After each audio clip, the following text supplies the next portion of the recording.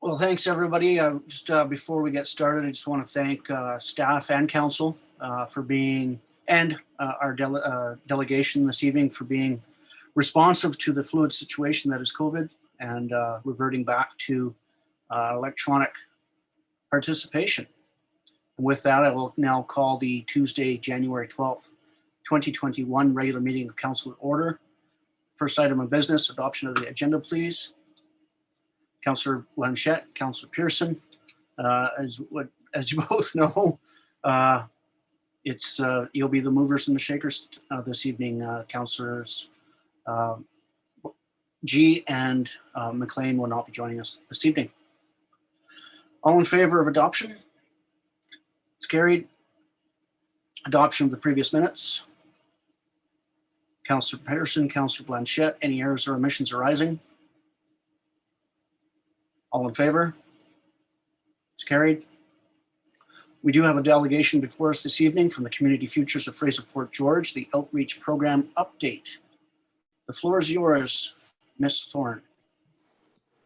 Thank you very much, Your Worship. I'm going to let Kristen lead us off here, if that's okay. Kristen DeBook is in Prince George and is the project manager of Community Futures Fraser Fort George. Welcome to the council meeting, Ms. Dubeck. Thank you. Do we have the presentation loading here?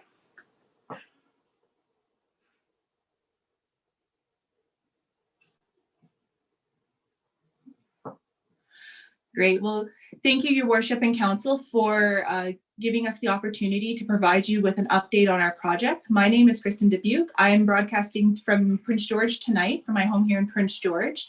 And as Shona has mentioned, I'm the projects coordinator with Community Futures Fraser Fort George. Shona is the regional business liaison who is on the ground in Valemount and represents the Robson Valley in this project. We are pleased to be given an opportunity to present on behalf of Community Futures Fraser Fort George. And we would like to acknowledge that we are on the traditional and unceded territories of the Simk Nation, First Nations, on which we are learning, working, and presenting today. Thank you, Shona. So just a quick overview of who we are as Community Futures. So we are a community-based economic renewal initiative that was struck through the federal government to help rural Canadians start and expand a business and help sustain and improve communities and their local economies. The Community Futures Fraser Fort George office is located in Prince George. However, we do have an office now in Valemount, out of which Shona now works. And we serve the Fraser Fort George region of Prince George, north to Mackenzie, and then east over to the Robson Valley, including Valemount. Since the onset of the COVID-19 pandemic, we have been working hard to support local small businesses and communities help recover and, pivot and recover during this unprecedented time.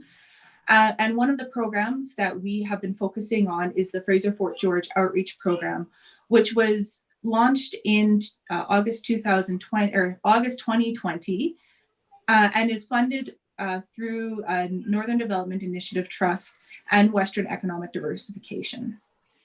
Next slide here, Shona.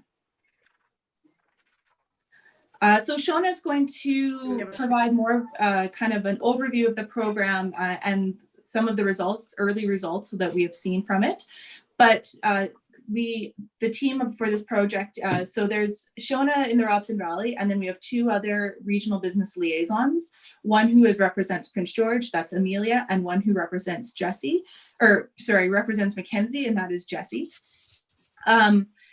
In addition to the project team based out of the Community Futures office, we've also struck a round table of community partners, which includes the Village of Valemount. It also includes our other municipal government partners, Northern Development, the local Chamber of Commerce, the Regional District, and the Aboriginal Business and Community Development Center. Next slide there, Shona.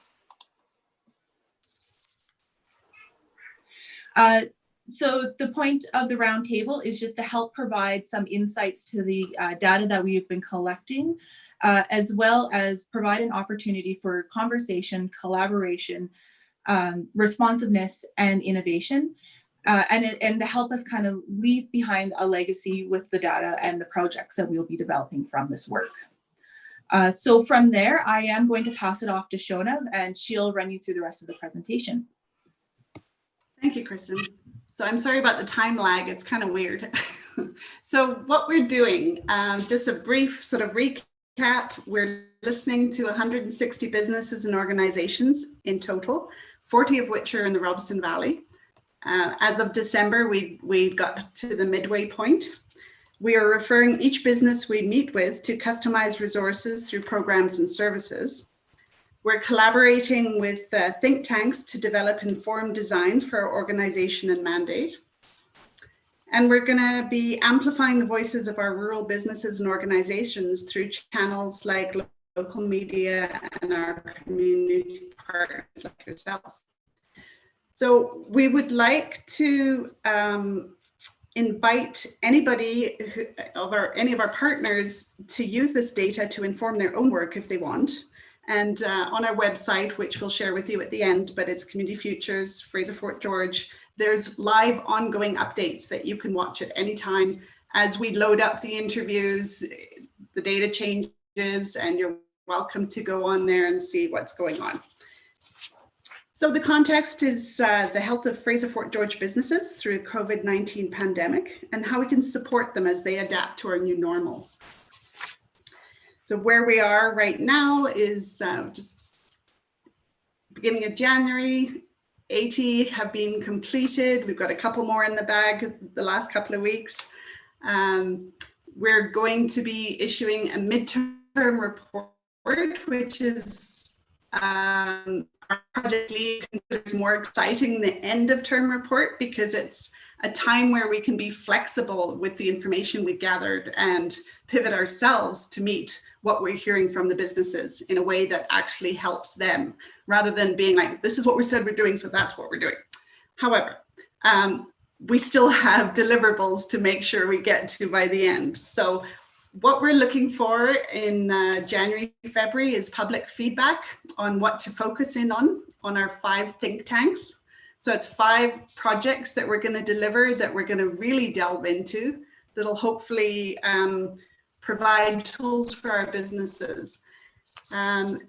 These new proposals and projects will be developed May, June. All the while, we're going to be amplifying the story as long and as loud as we can to anybody we can. And by the end of June, we will be completed this 160 interviews. We'll have a final report and the end report for NDIT. So themes are emerging, and we focused on these 7 main insights up till now because this is what we've heard consistently from our businesses. Possibly no great surprises, but what was surprising was the depth and breadth of the information that we did get from our businesses.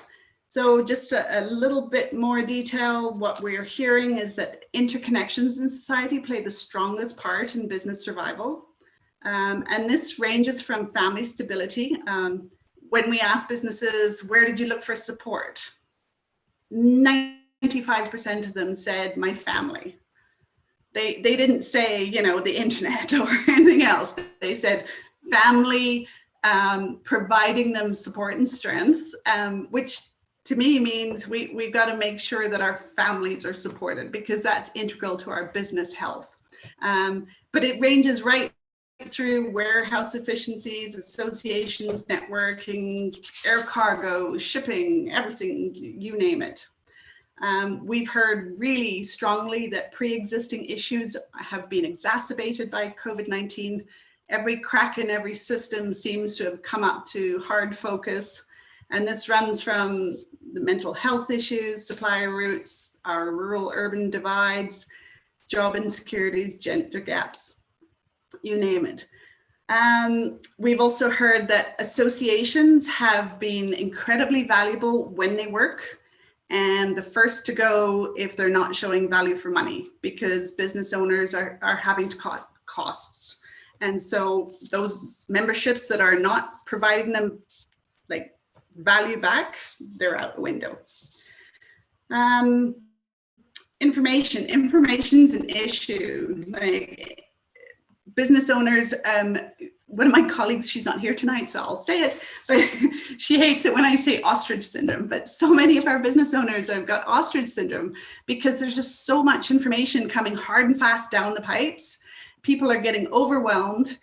They don't have the time and the emotional capacity or mental capacity to sift through what's relevant.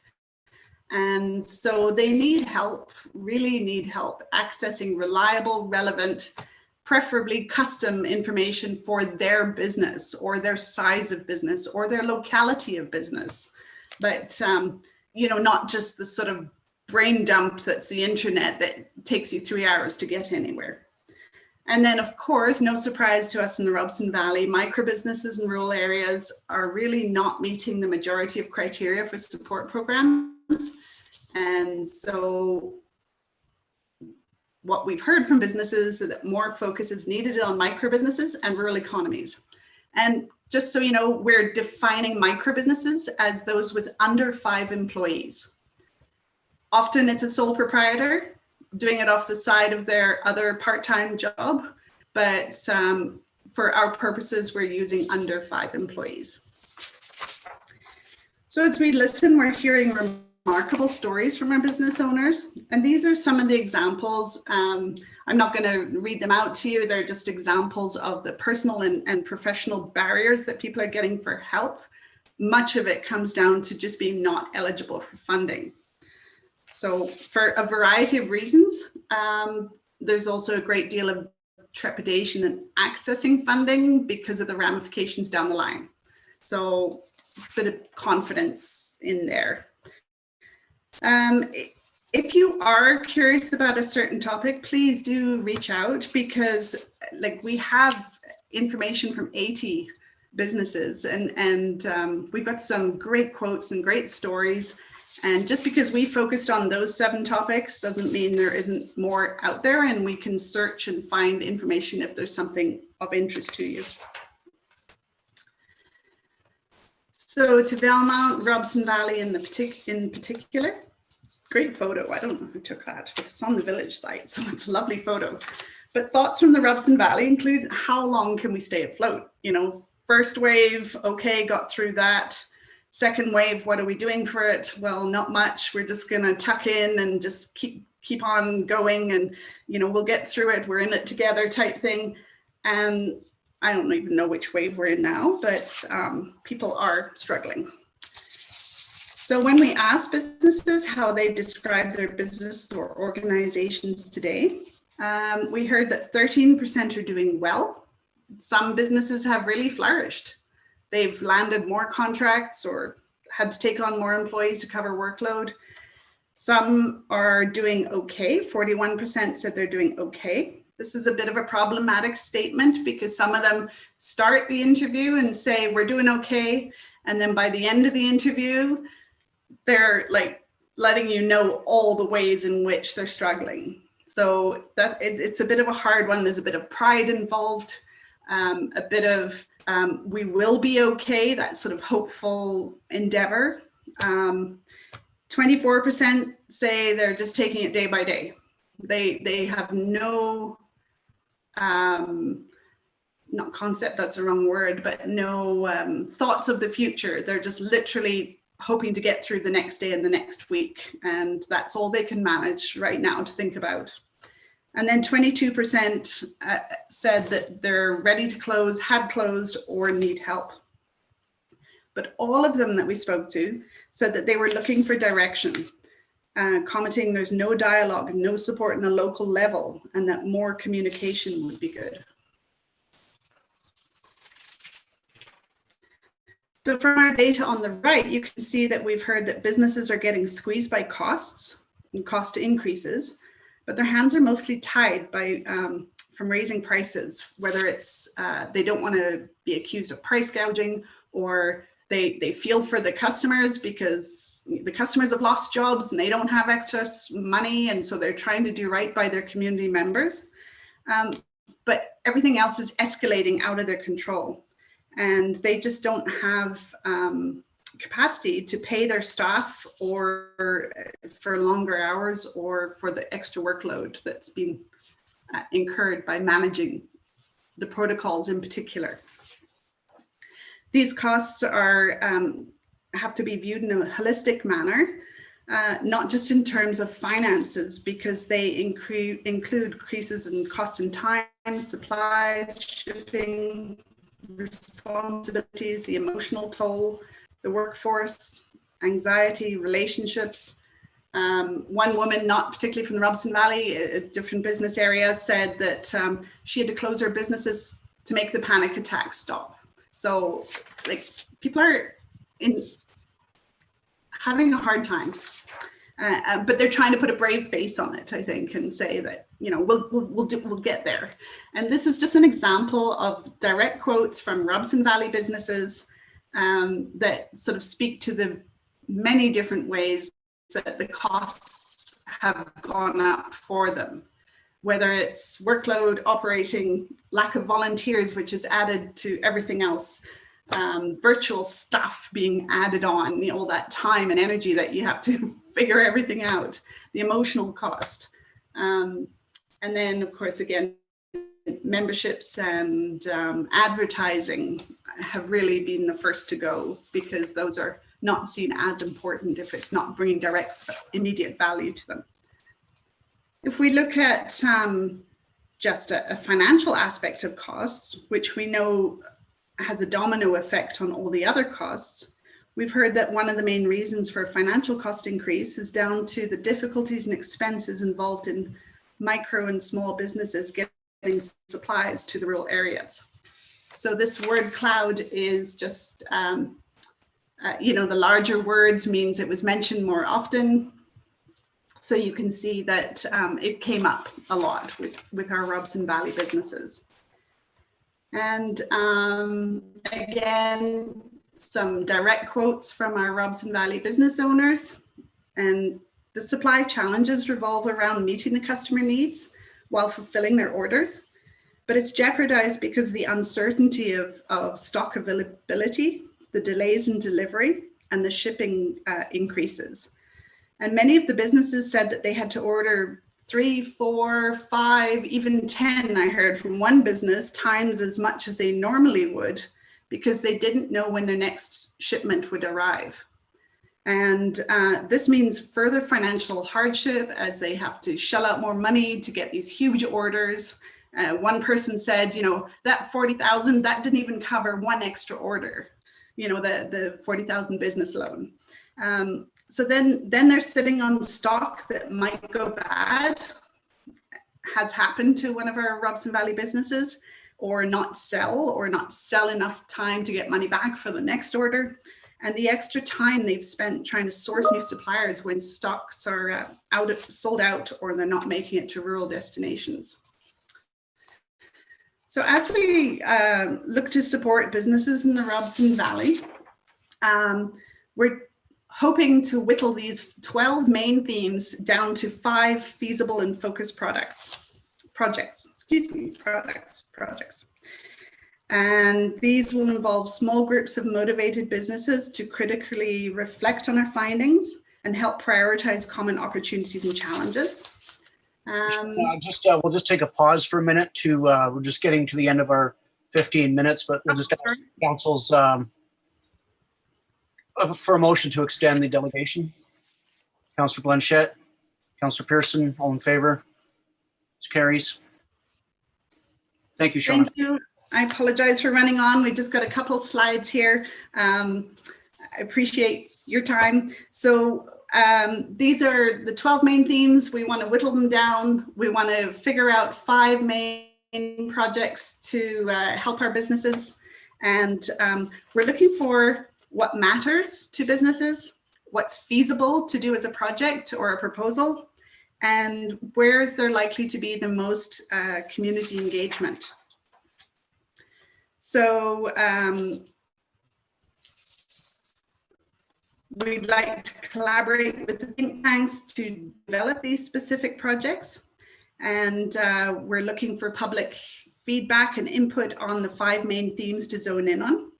If you or anyone you know would like to provide feedback on, we have a very brief survey that Kristen's going to throw in the chat there. And it's a ranking survey, so you can take those 12 themes and rank them in the order that you think is most important. It's anonymous, and we love input on what everybody thinks is most important to prioritize for the next steps. So like I mentioned at the beginning, if you are on the Community Futures of Fraser Fort George website, you can click on the link and it's updated as we add extra surveys, so you can see what's going on. And we welcome all of our community partners to use this data to inform their work if they want to. And thank you for listening, and we welcome any questions if you have time. I appreciate the extra time too. No, thank you. This is an amazing program. Council, please motion to receive. Councillor Blanchette, Councillor Pearson, if I could just have you stop sharing your screen and I can see the speakers. Thank you. Questions for the delegation, Council?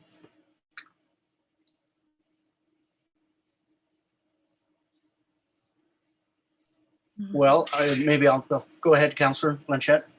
Shona, you had mentioned that you're going to be putting something on Facebook. So I don't think I can read my notes here. You're going to be loading something on Facebook. When will that be?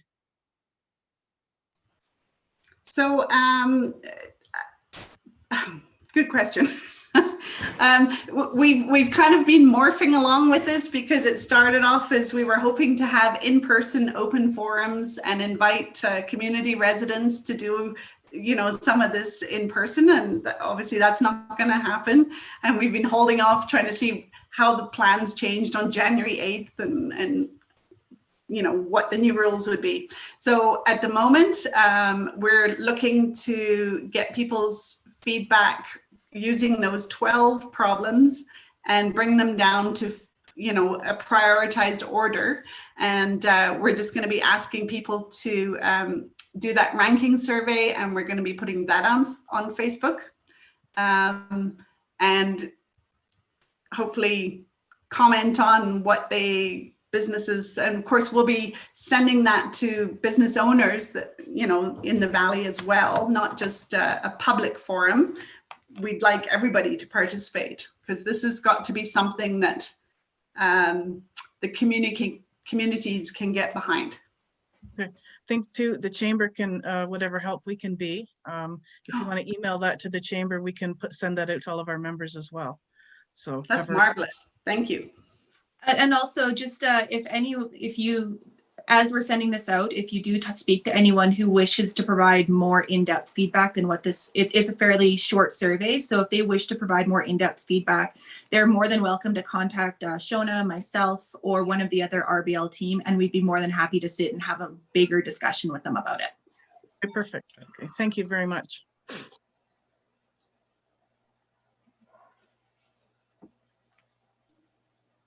Councillor Pearson, anything to add? No, it was a great presentation, a ton of information. I'm definitely going to hit the website and take a look at her. Yeah, absolutely. When the work by Community Futures, the Community Development Institute, Chambers of Commerce, they were all paramount in the early days of the pandemic. And when I heard this program was coming to fruition, I was ecstatic. You know, no doubt these are hard times for a lot of folks, and Shona, I'm not really shocked about anything that you heard from your interviews. I think the information that you're able to gather will work well with economic development divisions of the province. And so with that, I thank you so much for presenting to us. Thank you. Wonderful. Thank you, everyone. Thank you, Kristen. All in favor of receipt?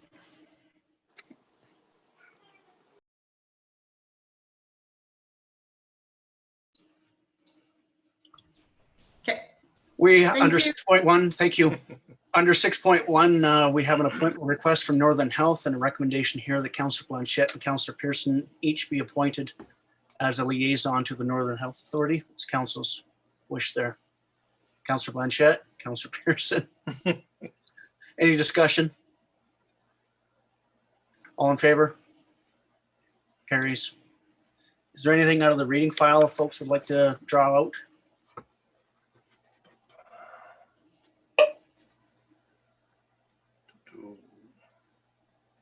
I'll maybe just think about resolutions coming up for both NCLGA and and the AKBLG, as well as it's nice to see that the Columbia River Treaty negotiations are still on the go. Councillor Pearson? Yeah, I had to get back to where I was on my page here. Item 9, the letter from Quinnell regarding the streetlight rates. Just wondering if that's something we should look at, including a letter to BC Hydro about as well. I mean, this could incur a cost for a lot of small communities. Yeah, absolutely. I don't recall receiving anything from either the BCUC or BC Hydro in this regard. Is there anything received by administration, Mr. Robinson, that you can recollect? Not at this time, no. I would recommend, Councillor Pearson, that we get more information from BC Hydro regarding their proposed plans for first this area and the surrounding area. How's that suit you? Yep, no, I'm good with that.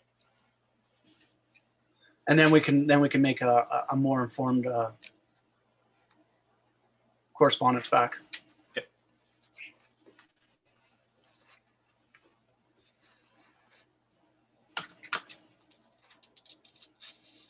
Excuse me.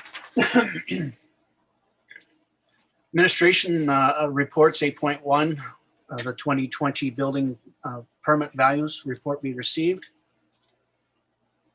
Councillor Pearson, Councillor Blanchette, any discussion? All in favor? Carries. The 8.2 property numbering initiative report be received. Councillor Blanchette, Councillor Pearson, any discussion on that? Councillor Pearson, followed by Councillor Blanchette.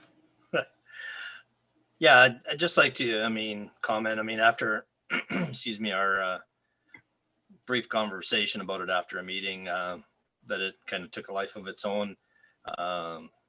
It's quite an intensive report on the initiative towards numbering houses. I don't know if we anticipated that we were opening up quite as big a can of worms when we were talking about houses without house numbers, but great work from staff on it, and we'll see where this goes. Councillor Blanchette. Yeah, I just wanted to thank staff for doing this, and like Councillor Pearson said, we'll see what we've opened up. But it's for everybody's safety, so I think it's a very valuable program. So thank you. Thank you. All in favor of the report being received? Carried.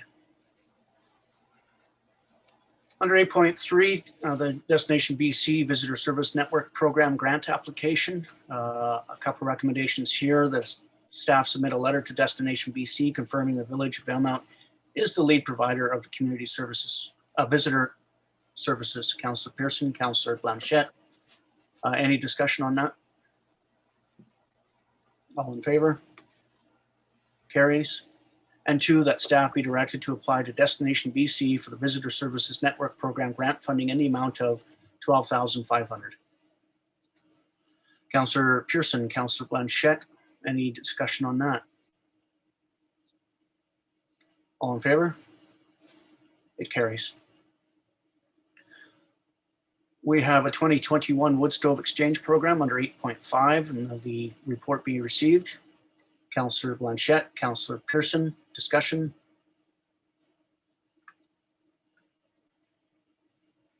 Did you have, I'm sorry, Councillor Pearson, my connection must be slow. Did you have a question?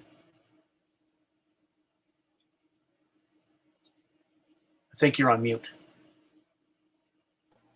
Famous words of 2020. You have an item 8.4 on agenda, COVID-19 safe restart. Oh, I'm sorry. Thank you for that point of order. Let's not skip over that. Some funding.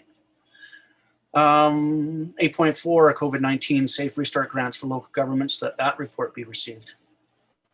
Councillor Blanchette, Councillor Pearson, discussion.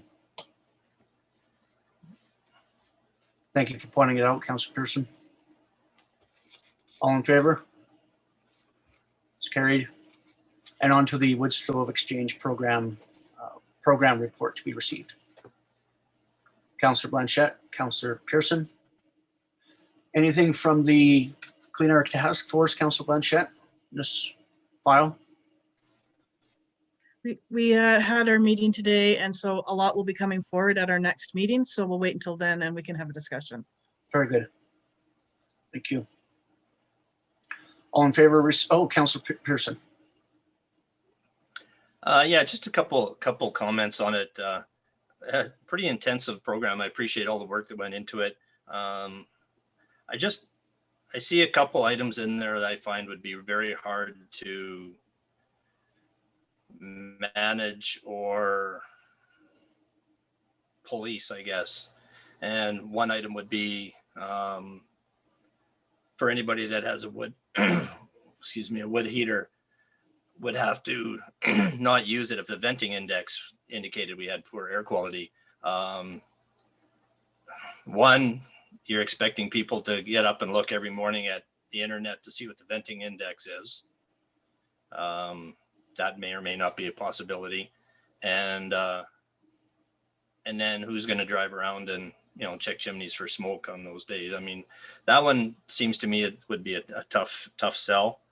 And in general, I appreciate the direction this is going, but the fact that we live in a forest-driven community, I think there might be some pushback. This could be a tough sell in some areas. I appreciate us looking for upgrades and stuff like that, but the timeline to have everything converted by 2025 might be tough. So just my thoughts. No, they're good thoughts, Councillor. Particularly when we don't have venting equipment, identifying equipment in this area. We are in a red zone. That is known. And generally, in the wintertime, we don't have good venting at all. It'll remain poor. And of course, those are pulled out of the McBride and Blue River venting indexes. Yeah. Point of order, I think we should just pause. We've lost Councillor Blanchette. We will pause. We actually can't go anywhere because we don't have a quorum. Yeah.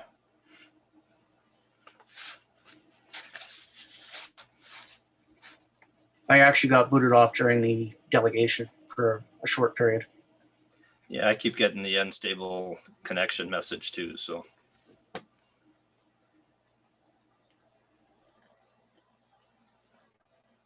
The joys of being virtual.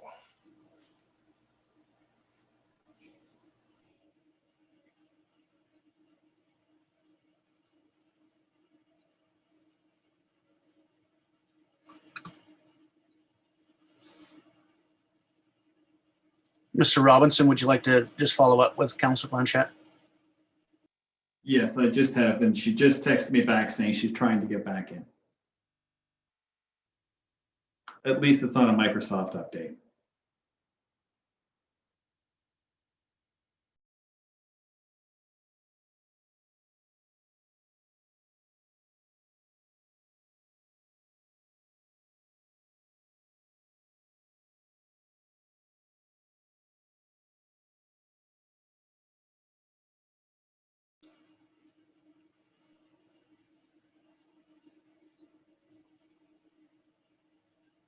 There, sorry, you guys all froze. I thought it was you guys.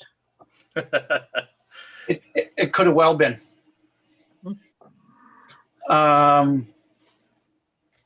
Was there any further discussion on the wood stove exchange program? All in favor? Carries. 8.6, official community plan and zoning bylaw project update. This report be received for information. Councillor Blanchette, Councillor Pearson, any discussion on the update? Fast and furious. Councillor Blanchette. Just a sec, I'm just trying to find my note. The mobility plan. I really enjoyed reading this. I like the possibilities of it, and I'm looking forward to seeing how it's going to flesh out, if any, flesh out any more. And for us to sort of pay attention also to the mortgage helper idea, offering, other possibilities for people to be able to live here and stuff. So I like both of those two, stood out quite a bit for me. Mm-hmm. No, great. Further discussion? All in favor of receipt? It carries. 9.1, Village of Valemount Development Procedures Bylaw number 789, 2018, Amendment Bylaw number 839, 2020. Looking for third reading. Councillor Pearson, Councillor Blanchette, discussion on third. All in favor? Carries. No to the notice of motion. Council reports. Councillor Blanchette.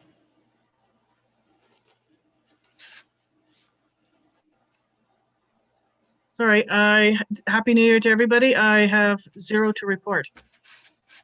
Well, and Happy New Year to you. And Thank you.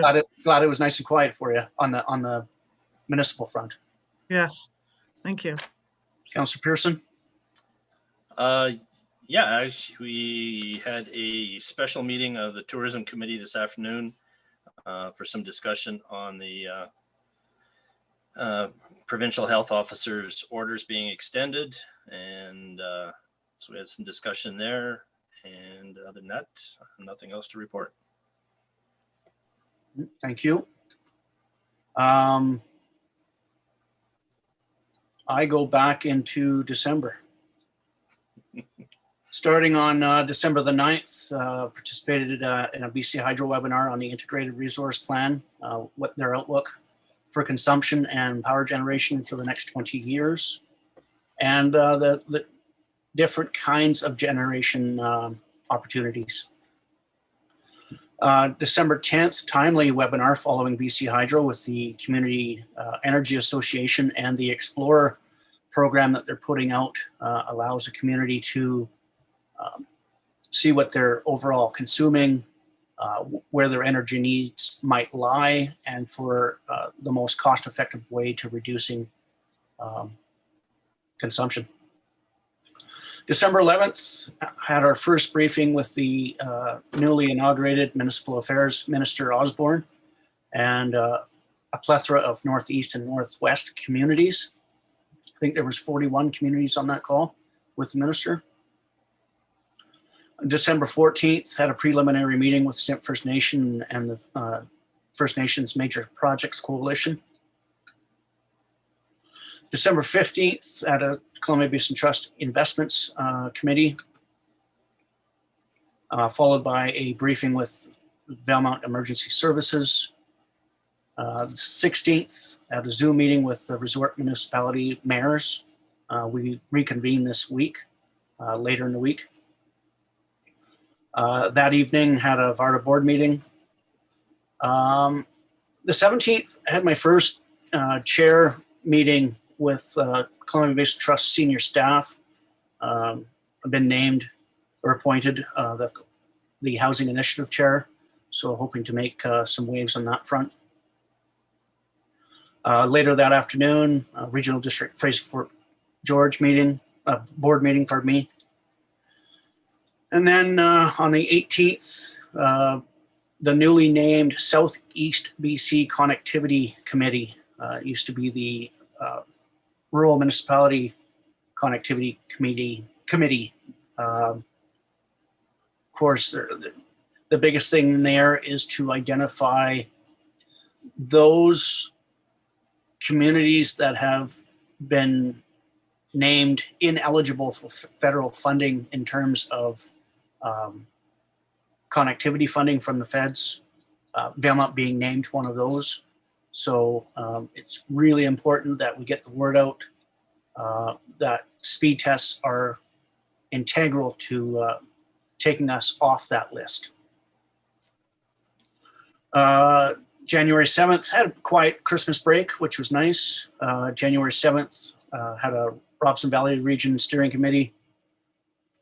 And then today, an update on the caribou management program in the province and the inaugural 2021 briefing with Valemount Emergency Services. One highlight out of that, Unit Chief from Station 533, Derek McClure, raised it that he was anxious to hear or to see the results of how well we were behaved as a province over the Christmas break. As we know, the period in which you can gain symptoms and then exhibit them to testing. We'll see what kind of curve we have next week in terms of whether we've been able to flatten it out or if we have any stiff increases. And that's my report. Motion to receive. Councillor Blanchette, Councillor Pearson, questions for the reports? All in favor of receipt?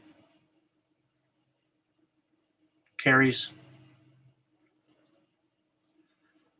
Have there been any public comments received? We have one.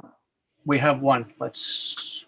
And it actually was a question from Alan Zhao, and he was curious whether or not the presentation slides can be downloaded from our website. And the answer to that is the presentation slides are available on the village council meeting agenda. Or if you would prefer, he could email the village and we'd be happy to email those to him.